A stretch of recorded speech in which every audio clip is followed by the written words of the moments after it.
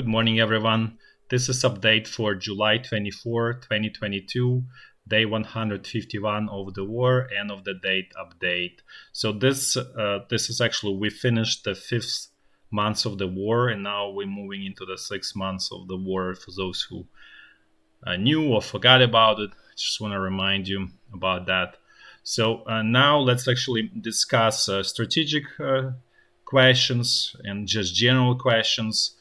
And as mentioned yesterday, we're going to look a little bit again into this, I don't know, what scandal or whatever it's going on between Victoria Spartz and Spartz-Yermak.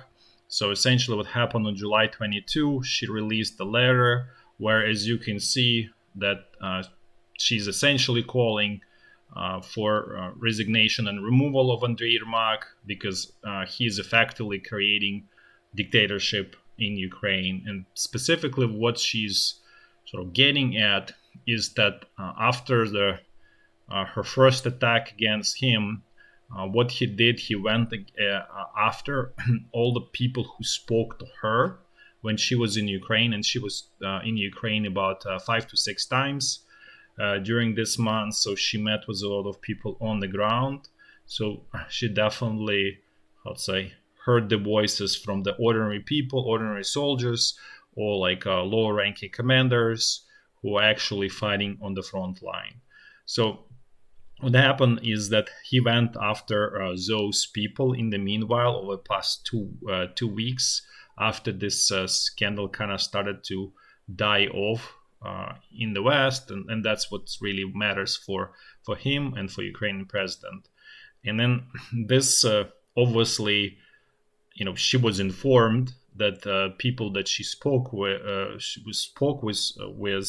they being attacked effectively by this person. And the only sort of prominent attack was attack against a person whose last name is Korban. He is kind of like a head of Ukrainian militia defenses in Dnipro region. This is Dnipro region. It's a very important region of Ukraine. It's kind of like industrial heart, and this is really the only industrial heart that's sort of left in Ukraine, because as we all know, Mariupol was another one. There was Kharkiv was also industrial heart, but essentially everything there is wiped out. Some of it was here around Svitlodarsk, if we remember, Lysychansk area.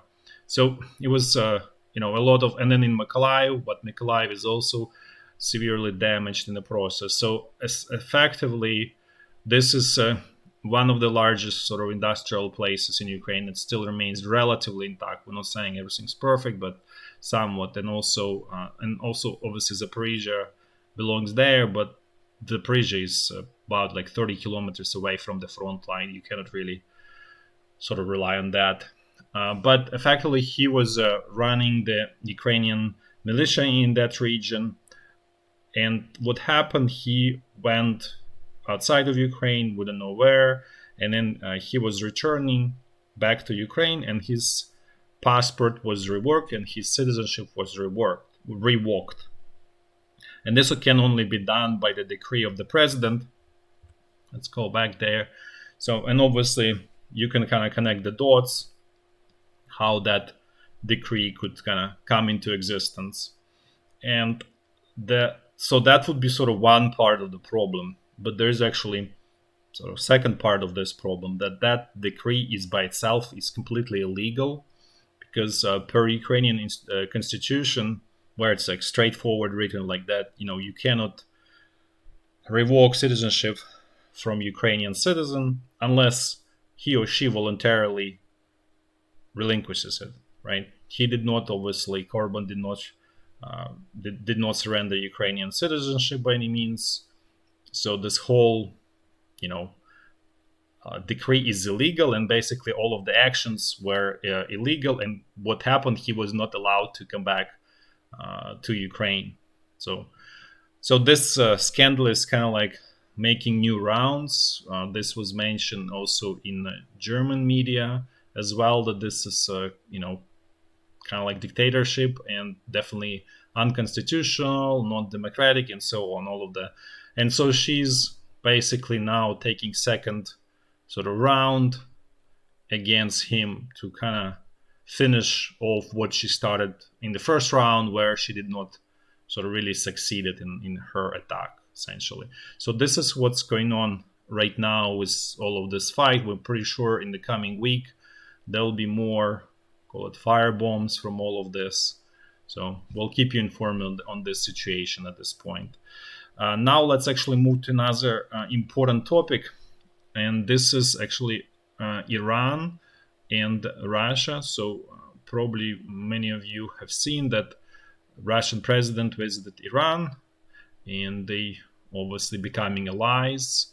And we can even say that at this point there is like another alliance is being formed, where there is Russia, Iran, and China. Yes, this alliance. There might be more countries eventually, but at this point it's more or less clear, sort of decides with these three countries that they are effectively forming alliance. And so as a result of that visit, Russia received attack UAVs called Shahed-129. So this is equivalent to Turkish Bayraktar, effectively. The most important part of it, this is some of the characteristics of it, specification. So the most important is the flight duration is 24 hours and the range is 1700 kilometers. That makes it extremely sort of dangerous, because what this is probably aimed at is HIMARS systems. So, and we don't know how many units of this Russia got, probably 20, 30, 40.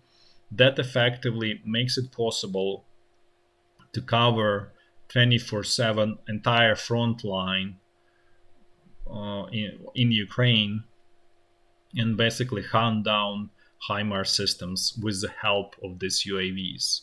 That's probably what they bought for, because as everybody remembers, Russia did not have strategic answer to HIMARS systems so far. They were essentially shocked, paralyzed, and didn't know what to do so far. So now they will try this Shahed-129 as a solution to HIMARS systems. And the way how sort of tactically this HIMARS system worked is they would launch all of the rockets in about, let's say, 60 seconds plus minus, and the trucks would just simply quickly leave, right, the area. So it's nearly impossible to catch and sort of destroy them because of that. Because they just come, they leave, and that's it. You don't have enough time for regular artillery or even rocket to actually react. There's not enough reaction time. However, because if these UAVs are constantly sort of up in the air, on a turn basis, and essentially creating like a full-time, permanent cover of the area, as soon as they see HIMARS systems, they can launch rocket and destroy it, right? So this is where the problem is with this. And the problem on Ukrainian side is that Ukrainian side does not have great anti-air defense system, right? It's kind of like, let's say, on the weak side. So that allows more or less to use this drone UAVs to some extent successfully. They're not going to be sort of wildly successful probably, but they're going to create, let's put this, credible threat for HIMARS systems. So this remains to be seen how it all going to play out, but it's definitely something that Russia will try to use. Now let's actually move to the front line, and let's actually do general high-level overview of what's going on, including with the HIMARS system. So they again attacked, first of all, Russian infrastructure near Melitopol, north of Melitopol. This is this town, Melitopol. So there is a railroad juncture here that goes south to north, and then west to east.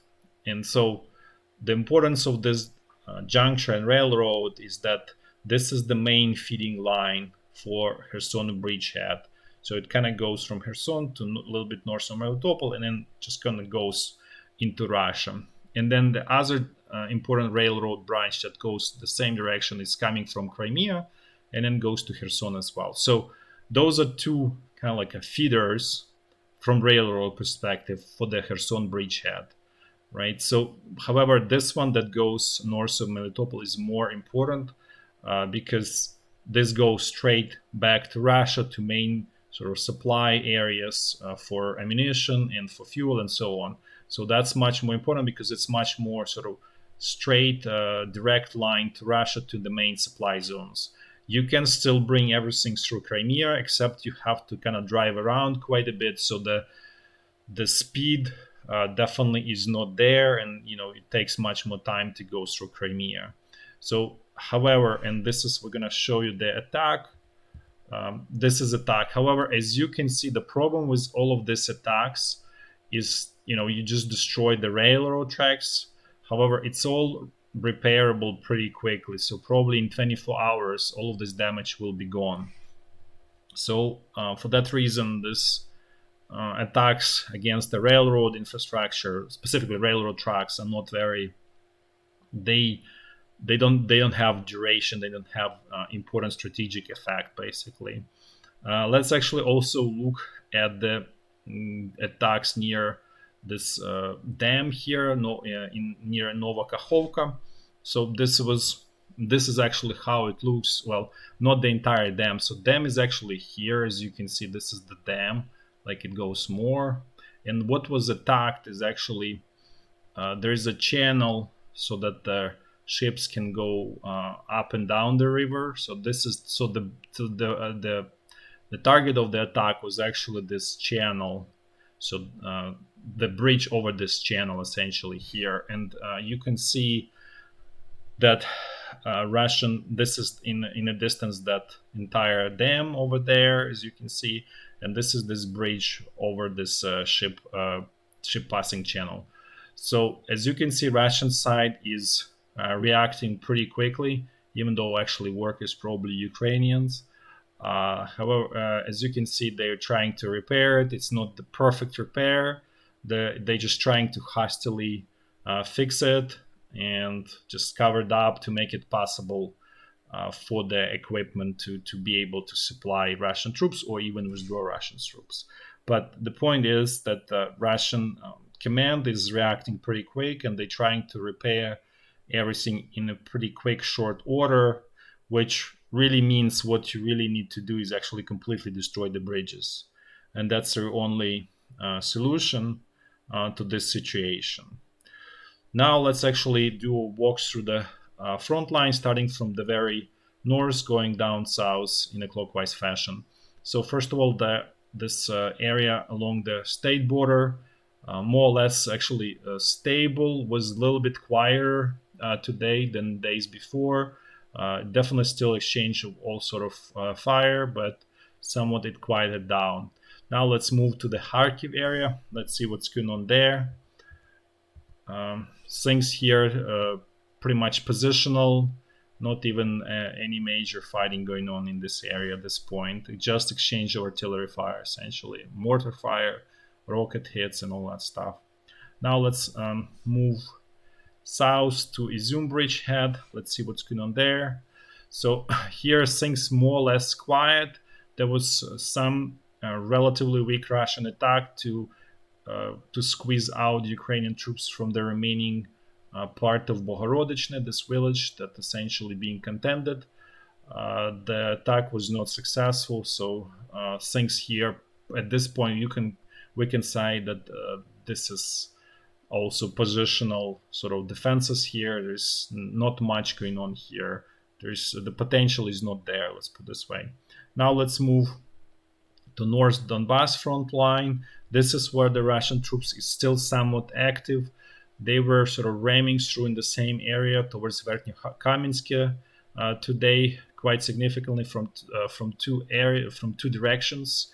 And obviously the pass is the next objective is this town Siversk, and if they capture it, as we discussed, it really opens up opportunity to push Ukrainian troops to the top of the ridge that goes here, essentially, right? Because this is here, this is just a reminder, we mentioned this before, but this is a valley here, right?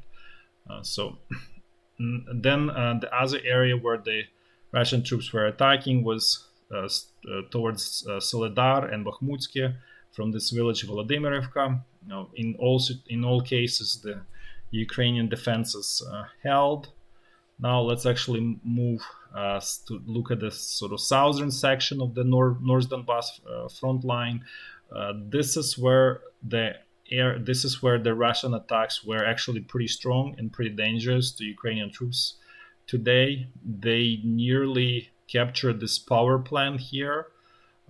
The fighting is still going on, so we will find out tomorrow who controls the power plant. There was also strong attack towards this village Semygirya, and also here towards the call it small tiny town Novoluganske. So essentially the focus is to eliminate this we don't even know how to call this area. It's kind of like a bottom of the boot, essentially, that's controlled by Ukrainian troops at this point.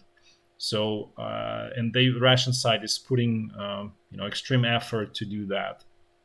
Remains to be seen. We'll find out tomorrow if they were successful.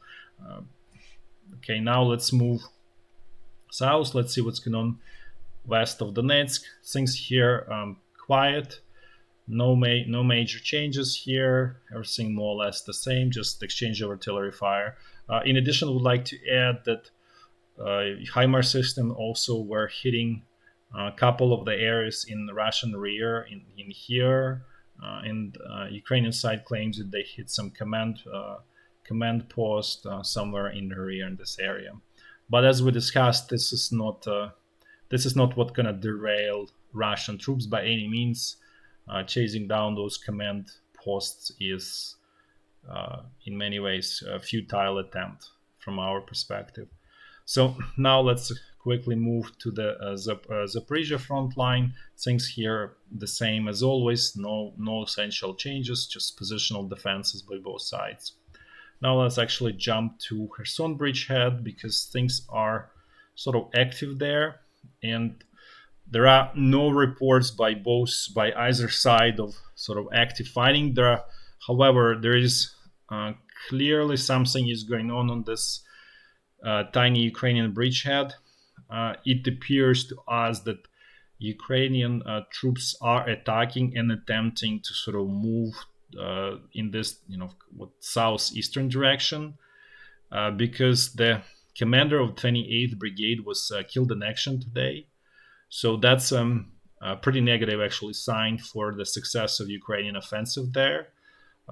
It's sort of being kind of like the Ukrainian side is definitely quiet about this, but it does look that there is something going on, a major scale, giving also that these bridges were attacked, and then also the attack towards this railroad junction north of Melitopol. This is actually a little bit more close map, so the railroad goes basically from this Novokhovka, this dam, and then it just kind of goes north and a little bit north of Melitopol, and the other railroad kind of goes towards Crimea, from the north towards Crimea. And then there's another bridge here, railroad bridge here, that goes from Crimea to Kherson and then the rest of the Ukraine. So we'll keep you posted, but there's definitely something is going on this Kherson bridgehead. We'll see. We'll find out what's going on there eventually in the coming days. At this point, few things are clear: that these bridges have been damaged severely, but it looks that Russian command is repairing them pretty quickly. Even though the repairs are not quality repairs, but they're not looking for quality repairs. They sort of like fighting for their own survival. So it remains to be seen, sort of, who wins basically this fight of destruction versus repair. That's it for today. Thanks for watching, and until tomorrow. Bye bye.